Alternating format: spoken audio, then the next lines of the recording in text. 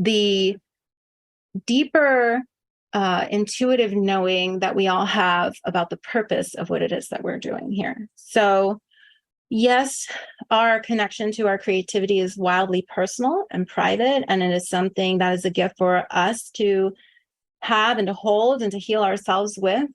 But it also has a very sacred purpose for the world, to bypass the thinking mind and speak directly to the soul. That, to me, is the perfect definition of what art is meant to do, is to get beyond thought and go directly to the heart. This is why when you're walking along and you see something and you go, that's going past your thinking mind, speaking directly to the soul.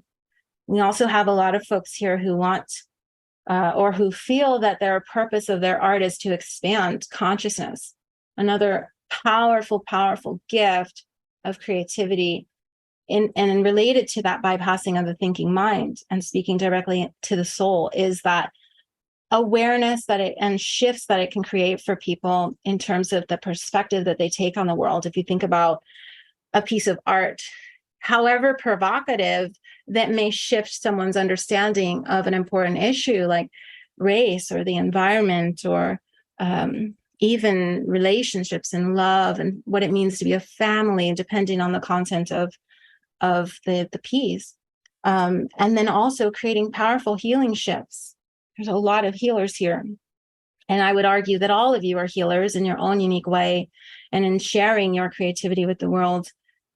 However small it might feel at times, is a profound source of healing for those who interact with and engage with the work that you are doing. And I just want to honor that and acknowledge that, if you haven't yet acknowledged that to yourself, to make sure that in those times of feeling insignificant, that we remind ourselves of the powerful, incredible mission that we are on as creators, to not only shift and change ourselves, but the world as well. This is the time.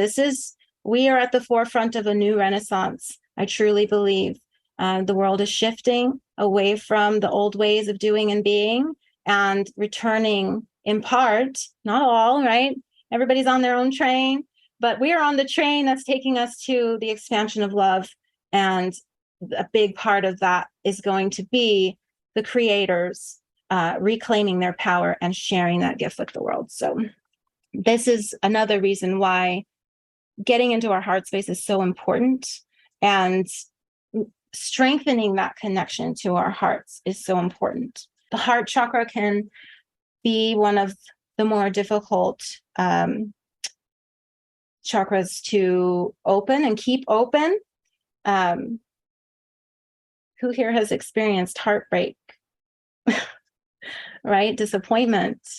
Having something you had your hopes so high for just fall apart, like plop, right?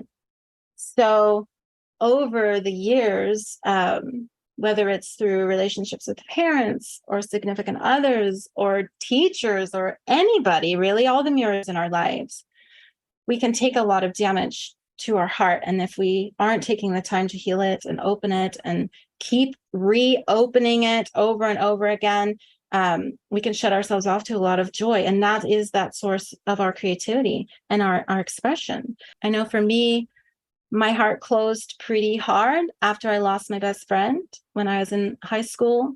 They were also my first love, and they died in a car accident suddenly right after their 18th birthday. And that just like my world closed, and it stayed closed for a really long time. And it wasn't until 2017 that I had my heart reopen. And that's when all my creative expression started coming back. But it hasn't just like stayed back. I've had to continuously keep practicing opening my heart, opening my heart, opening my heart, because you'll be open, you'll think you're open, and then you'll run into a new relationship or a coworker or a person on the street even, and they'll say something to you, do something, and you realize quick how fast you are to slam the door and close yourself off to love again because of fear. So it's a continuous practice. And after my mom passed away last year, one of the first messages I received from her beyond the veil was, you can always add more love. I meditated on that as I was walking around my neighborhood, and I just kept saying it to myself as I'm walking, you can always add more love. You can always add more love. And I'm seeing people in their driveways, mowing their lawn and stuff. And I probably on another day would have just kept on my walk, right? Like, I'm doing my thing, they're doing their thing. But I had that in my head. You can always add more love. So I go, hi, neighbor. And I just, whether they receive it or not is up to them. That's their choice. But I'm adding more love to the world by being that radiating light. And so simple ways like that, you can open your heart even more, and you can add more love to yourself, to your neighborhood, to your family, by reminding yourself to continuously open, because there's no limit to the amount of love you're capable of receiving. I don't know that we really understand that, because again, we think, I have a loving partner, I have a loving family, I love my children, I love, my siblings. Maybe your life is filled with love, but you can always add more. There is no limit to what you can receive. And you can love your art more, you can love your creativity more, you can love your expression more, you can keep loving yourself more and more and more and more. So allow us to keep that in mind, that there is no limitations to the amount of love that is available to us, and that we could open ourselves up to receive.